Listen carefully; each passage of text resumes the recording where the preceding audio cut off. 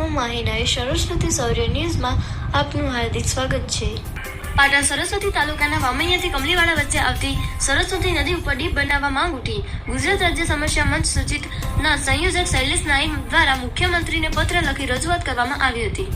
પાટણ તારીખ 28 ગુજરાત રાજ્ય સમસ્યા મંચ સૂચિતના સંયોજક શૈલેષભાઈ નાઈક પત્રકાર દ્વારા પાટણ જિલ્લાના દરેક ગ્રામીણ તથા શહેરી સમસ્યાઓનું નિરાકરણ આવે તેવા શુભ આશયથી સેવાકીય કામગીરી કરવામાં આવી રહી છે।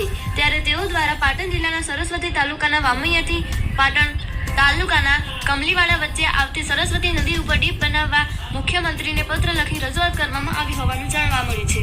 ગુજરાત રાજ્ય સમસ્યા મંચ સૂચિતના સંયોજક શૈલેષ નાઈક પત્રકાર દ્વારા મુખ્યમંત્રીને લખેલા પત્રમાં જણાવ્યું છે કે વામૈયાથી કમલીવાડા વચ્ચે આવતી સરસ્વતી નદી ઉપર ડીપ બનાવવામાં આવે તેમજ પાકો રોડ બનાવવા માટે વર્ષો જૂની લોકોની માંગણી છે। વારંવાર રોડની માંગણી કરતા પત્રો પણ લખેલ છે અને આ માંગણીને સત્વરે ઉકેલ આવે તે માટે પ્રયત્નો કરતા રહેલ છે।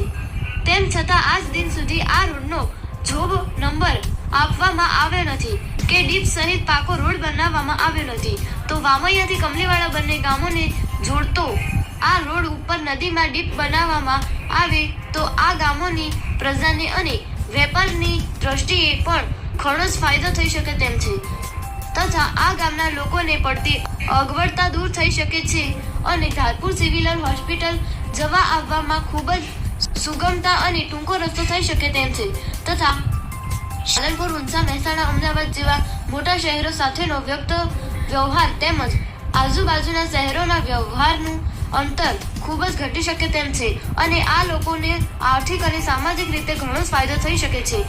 આ માંગણી માટે સત્વરે હલ થાય તે માટે યોગ્ય કરવા તેઓએ પત્રમાં રજૂઆત કરી હોવાનું જણાવ્યું હતું।